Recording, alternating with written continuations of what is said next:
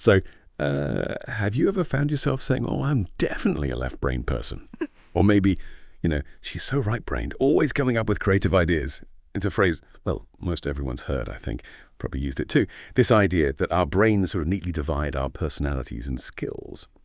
Two distinct halves. It's incredibly pervasive, isn't it? Okay, let's unpack this a bit. For this deep dive, we're going to explore the incredible intricacies of your brain. We'll look at what the latest science actually says about these supposed halves. And crucially, what it all means for your unique cognitive strengths. Our journey today is guided by a really great article, Left Brain versus Right Brain, What's the Difference? From Healthline. It's medically reviewed by Nancy Hammond, MD, written by Anne Pietrangelo, and was updated pretty recently, February 5, 2024. Yeah, it's a fantastic topic. The human brain, it truly is a marvel of biological engineering. Think about it, it makes up only about, 2% of your body weight, but inside you've got an astonishing 85 to 100 billion neurons, and they're interconnected by literally trillions of connections. It's the ultimate command center. It orchestrates everything you think, feel, and do. And yes, anatomically, it is divided into two halves, two hemispheres. They look very much alike, but, and this is key, they do specialize. They process information differently. And that fundamental division, that's really where this popular myth about being left brain or right brain gets its start. It's such a powerful myth, though, a really sticky one. Expert. This idea has truly, soaked into popular culture. The core theory, it suggests one side of your brain is just more dominant, right?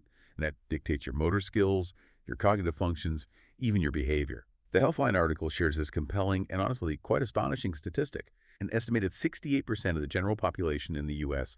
supports neuromyths. And this left brain, right brain idea is right up there, one of the most believed.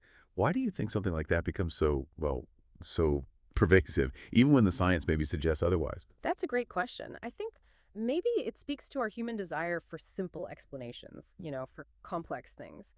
The theory itself, it actually has a fascinating historical context. It first gained prominence back in the 1960s, largely attributed to the foundational research of psychobiologist and Nobel Prize winner Roger W. Sperry. His work with split-brain patients. These were people where the connection between the hemispheres was surgically severed that gave the initial insights, showed the distinct functions of each side. But, and this is really vital to remember, his research, groundbreaking as it was then, is now considered dated, especially in light of what modern neuroscience tells us. The popular interpretation, while it quickly oversimplified his findings, turned it into this catchy, easy-to-digest concept. Right, that oversimplification. It really painted a vivid picture, didn't it? What each side was supposedly in charge of. If you were left-brained, well, that side was all about logic, sequencing, linear thinking, maths, facts, thinking in words. It got characterized as the more verbal, analytical, orderly digital brain. Side better at reading, writing, complex computations, spreadsheets, equations, step-by-step stuff. Exactly, the meticulous part, the rule-following part, that was the idea. Then on the flip side, you had the right brain. This was linked to imagination, holistic thinking, intuition, the arts, rhythm, nonverbal cues, feelings, visualization, even daydreaming. This side was described as more visual, intuitive, and of course the wildly creative side. Think painting, music, reading faces, dreaming big. It just provided a really convenient framework for understanding different kinds of people, different skills. So naturally the question popped up. If you're mostly analytical, methodical, are you just left-brained inherently? And conversely, if you lean artistic, intuitive, does that make you right-brained? And this idea, it resonated deeply with people. It became a common way to sort of categorize ourselves and others, our strengths, our weaknesses. And here's where it gets really interesting. Modern science offers a truly compelling counter-narrative. It completely reshapes this popular belief. Indeed. This is where our scientific understanding really evolves. A pivotal moment came with a comprehensive 2013 review. A team of neuroscientists. They specifically set out to test this long-held left brain versus right brain hypothesis. They used sophisticated magnetic resonance imaging MRI, scanning the brains of 1,000 people, looking really closely at activity levels in different neural networks. And their conclusion, pretty definitive, they found no proof that the human brain actually favors one side over the other. No proof. No proof. Nor did they find that the neural networks on one side were inherently stronger or more active in individuals. There was simply no evidence of a dominant hemisphere dictating personality or skill set in that way. No proof of dominance. That's quite a revelation, especially considering how deeply ingrained this idea is. So if it's not about one side being in charge, how do the two halves work? Right, and this brings us to a really crucial point about how the brain actually functions. The two hemispheres, they aren't isolated islands operating independently, not at all. They're intricately tied together by this massive bundle of nerve fibers, the corpus callosum. Our source accurately calls it an information highway. Think of it like a super fast two-way data cable connecting everything. Now, it is true that the two sides have specialized functions. Certain tasks might involve more activity in one hemisphere than the other, but, and this is the critical part, they absolutely work together. They complement each other in almost every single cognitive process. You simply don't use only one side of your brain at a time. It just doesn't happen that way. All thinking, all feeling, all action, it involves both sides collaborating dynamically in an integrated way. That collaboration, it's so important to really get our heads around that. Could you give us some more maybe vivid examples from the article, something perhaps surprising that really drives home how these two hemispheres are constantly talking, even for tasks we might, typically assign to just one side? Certainly. Let's take mathematical abilities. That's a classic left brain thing, right? But a 2023 review, highlighted in our source, suggests the right hemisphere actually plays a vital role, often underestimated. It helps with spatial awareness during complicated calculations, helps in understanding numbers that contain zeros, even representing numbers non-verbally. So when you're trying to visualize a complex geometry problem or grasp the sheer size of a huge number, your supposedly creative right brain is actively engaged right alongside your logical left. That's a fantastic example. Makes total sense when you put it that way. And I guess it's the same deal with language. We often just think language is your left brain. Absolutely. While yes, language production and a lot of the literal interpretation are strongly associated with the left brain, a 2020 review detailed in the article found the right brain is absolutely key. Key for understanding context and non-literal language. Think about metaphors, irony, sarcasm, or even just picking up the emotional tone in someone's voice.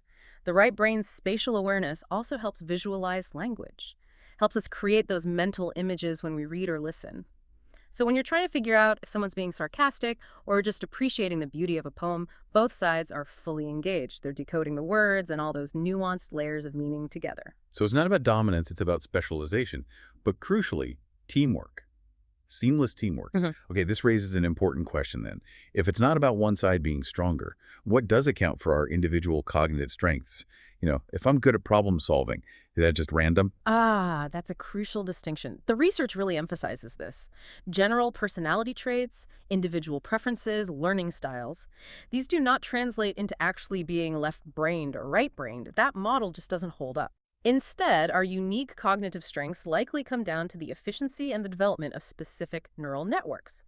How well different brain regions, often spanning both hemispheres, are trained to work together for a particular task.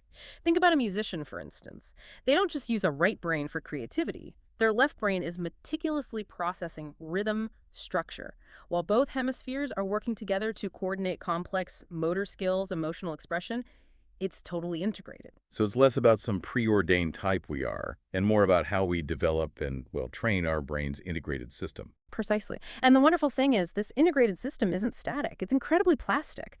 Neuroplasticity, it means your brain can change and adapt throughout your life. It forms new connections, strengthens existing ones. So the more you challenge different aspects of your mind, analytical, creative, emotional, physical, stakeless, the stronger and more efficient these connections across hemispheres become. Your cognitive strengths aren't fixed in stone. They're dynamic. They can be developed through experience and practice. That's a much more empowering way to think about it, definitely. And if we connect this back to the bigger picture, the importance of specific regions, even if they aren't dominant, that becomes really clear when you think about what happens if a brain hemisphere gets damaged, maybe from a stroke. Absolutely. The source details this in its FAQs, and it really underlines the functional specialization that does exist within the hemispheres. For example, if the right side of your brain is affected, you might experience problems with memory, vision, maybe paralysis on the left side of your body, and certain behavioral changes too, like difficulty with social cues or spatial navigation. Conversely, damage to the left hemisphere often impacts language and logical reasoning more directly, so this clearly shows that specific regions do manage distinct vital functions. But, and this is the key point for a healthy brain, they don't operate in isolation, they work in concert. They collaborate to give you that fully integrated, holistic cognitive experience. It's truly a marvel of interconnectedness, just constantly sharing and processing information. That interconnectedness. It's not just fascinating, it's something we can actively nurture, Hmm. right? So if our entire brain is constantly collaborating, how can we best support this incredible organ? How do we keep its intricate network sharp and harmonious throughout our lives? What does this all mean for you listening right now in a practical sense? Our source gives some fantastic, actionable tips drawing from the Alzheimer's Association and the CDC, but let's frame them specifically around this idea of an integrated collaborative brain. That's a perfect way to look at it. Think of these tips not just as general health advice, but as ways to optimize that information highway, to keep all the parts of your brain communicating effectively. First off, thinking exercises. These are crucial. Things like playing puzzles, reading challenging material, learning a new skill, maybe it's a language, an instrument, maybe coding, or even playing memory games. These aren't just for fun. They actively demand new connections between different brain regions. They build and reinforce those neural pathways we talked about. They force your logical and creative sides, so to speak, to work together. So it's about challenging the whole system then, not just isolating one part. Okay, what about physical health? How does that fit in? Absolutely vital. Physical activity, especially aerobic exercise, has profound benefits for the brain. A 2022 review, mentioned in our source, suggests it might significantly improve episodic memory, particularly among adults aged 55 and older, even those with the dementia diagnosis. See, when you exercise, you increase blood flow to the brain, delivers more oxygen, more nutrients, which are essential for those trillions of neural connections to fire optimally, efficiently. It's like ensuring every lane on that information highway is clear and well maintained. Makes sense. And diet, that must play a role too. A huge role. Diet. This isn't just about basic fuel, it's about providing the right building blocks and protection for your integrated brain. Brain-healthy foods and drinks, think coffee, whole grains, fresh vegetables, nuts, fatty fish like salmon, poultry. They're packed with antioxidants, healthy fats, things that support neural membrane health, reduce inflammation, help neurotransmitters function. Essentially, you're giving your brain the premium fuel it needs to keep all its complex systems running smoothly, collaboratively. And something often overlooked, but so critical: sleep. Oh, crucial. Absolutely crucial. The National Institute of Neurological Disorders and Stroke really emphasizes this. Sleep is vital for neurons to communicate effectively. It's when your brain removes toxin, build up that stuff that accumulates when you're awake. And it's critical for consolidating memories, improving memory function. During deep sleep, your brain is literally cleaning house and strengthening the connections you made during the day. Without enough good sleep, that information highway gets clogged, right? Communication between hemispheres can become less efficient. Don't skimp on sleep. Good advice. And beyond those core areas, the CDC adds some other important tips for overall brain health. Things that support this integrated function. Trying to quit smoking if you smoke. Lowering high blood pressure if that's an issue for you. Maintaining a weight that's healthy for you. Keeping your blood sugar levels healthy. These lifestyle choices, they have a direct impact on the longevity and efficiency of your brain's entire network. They ensure it can perform its collaborative magic for years and years to come. So there you have it. Whether you're, I don't know, working out a complicated algebraic equation, or maybe you're in a deep conversation trying to see multiple perspectives, or perhaps you're painting an abstract work of art, both sides of your brain are active. They're participating, providing input. There really is no such thing as being truly left-brained or right-brained in the way that old myth described it. Your brain is this beautifully integrated system, a symphony of connections, really. And that, I think, is the most powerful takeaway here. A typical healthy brain is capable of lifelong learning, boundless creativity. This incredible potential is especially true when you actively nourish it, challenge it, when you provide it with good nutrition, get some physical exercise, give it consistent, varied mental stimulation. It's an incredible, unified organ. It's ready for pretty much anything you throw at it, constantly adapting, building new bridges between all its specialized parts. Which really raises an important question for you, listening. Knowing now that your brain is this beautifully integrated system, constantly connecting logic with creativity, analysis with intuition, structure with imagination. What new skill or hobby could you maybe explore this week? Something that genuinely challenges and connects all aspects of your incredible mind. Perhaps something that really forces those previously separated functions to work hand in hand. Something to think about. Thanks for joining us for this deep dive.